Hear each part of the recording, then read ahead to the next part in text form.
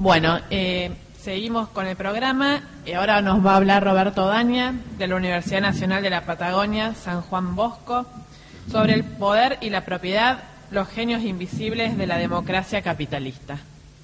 Gracias, Lucrecia. ¿Me escuchan ahí? Pues estoy difónico.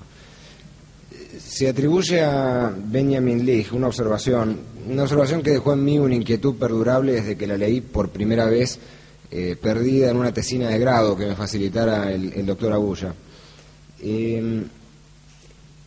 La observación es la siguiente, que el poder y la propiedad pueden estar separados durante un tiempo, pero divorciados nunca.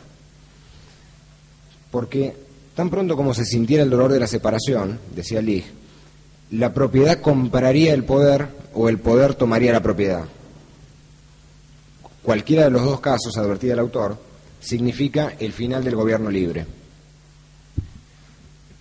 Remedando a Guglielmo Ferrero, no sé si han leído el libro que para mí es uno de los más agradables del siglo XX, El poder y la propiedad, los genios invisibles de la democracia capitalista, remedando a Ferrero, diremos que el poder y la propiedad son los genios invisibles de la democracia capitalista. Perdón, el título de Ferrero es Los genios invisibles de la ciudad. Se refiere a los principios de legitimación. La acción recíproca de estos dos genios invisibles del poder y de la propiedad modela el devenir de las sociedades basadas en la propiedad privada de los medios de producción y el gobierno electivo. La interacción de estos genios invisibles, que adopta las formas de seducción, coerción, compulsión y represión de estas pulsiones, otorga a las democracias capitalistas su inherente ambigüedad, su característica tensión. El genio del poder y el genio de la propiedad libran constantemente su ubicua batalla por la moral política de los hombres.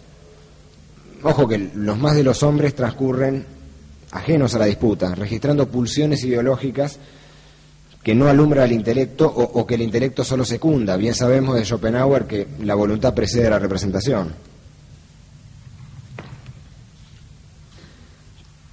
Como sabiamente dijera Jorge Fernández Díaz, un cronista de La Nación, en una nota de coyuntura, aunque el 80% de la sociedad se declara independiente, todos tenemos pulsiones de derecha o de izquierda.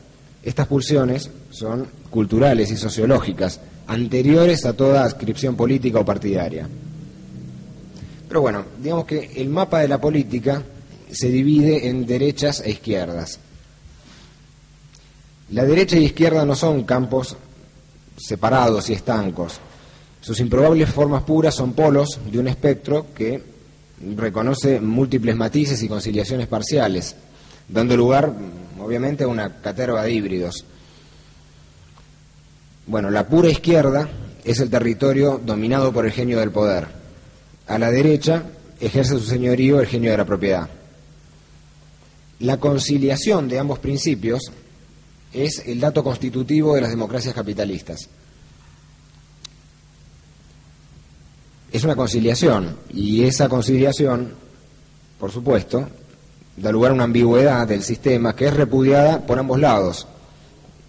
Es repudiada, por un lado, por la izquierda, en cuanto a la concesión al principio de la propiedad representa una inhibición al ejercicio pleno de la voluntad general, que a juicio de la izquierda debería mandar absolutamente.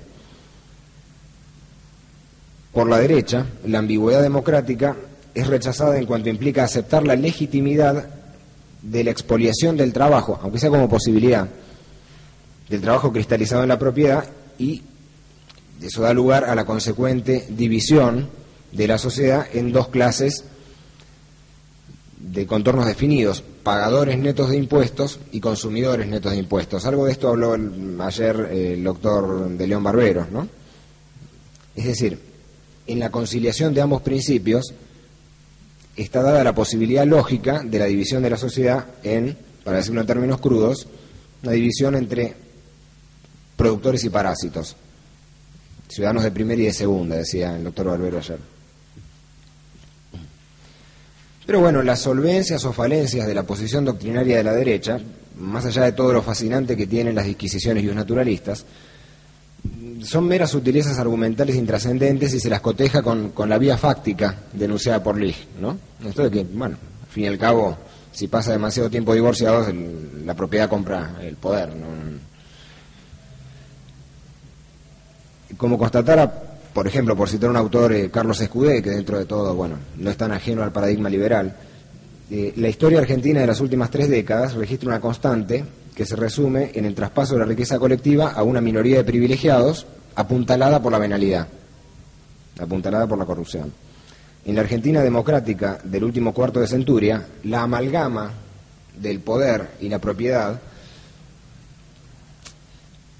está perpetrando, cito Escudé, un latrocinio completamente reñido con los principios del capitalismo, donde incluso el derecho de propiedad queda desfigurado y acotado a la propiedad de la burguesía sobre activos físicos, mientras que el derecho a la propiedad privada y hasta colectiva de las grandes mayorías se desprecia y viola en forma permanente, por lo menos cada 10 años, ¿no? A la misma vez que se desdibuja conceptualmente. Es una idea de Escudé, no es mía, pero bueno, la suscribo en honor a... Me remito a los fundamentos de Escudé. Ahora bien, ¿y el liberalismo a todo esto?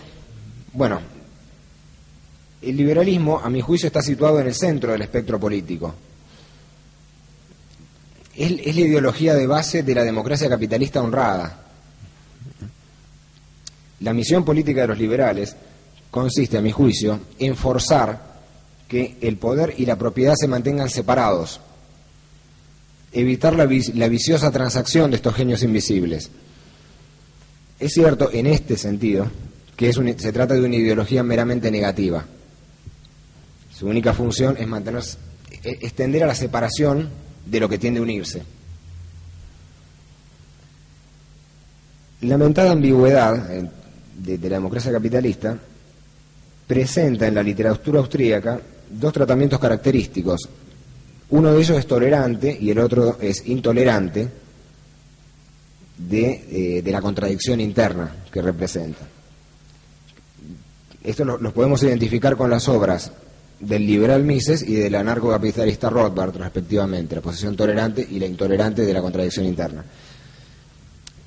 Siguiendo a Frank Fetter, Mises describe al mercado como una democracia en la cual cada centavo da derecho a un voto. Pero claro, inmediatamente, que más exacto sería decir que mediante las constituciones democráticas se aspira a conceder a los ciudadanos en la esfera política aquella misma supremacía que como consumidores les confiere el mercado. Lo estoy citando, ¿no? Aún así, el símil no es del todo exacto, dice Mises. En las democracias, solo los votos depositados en favor del candidato triunfante gozan de efectiva trascendencia política. En el mercado, por el contrario, ningún voto resulta vano. Esto es la concepción clásica, digamos, de Mises. La forma en que caracteriza a la democracia.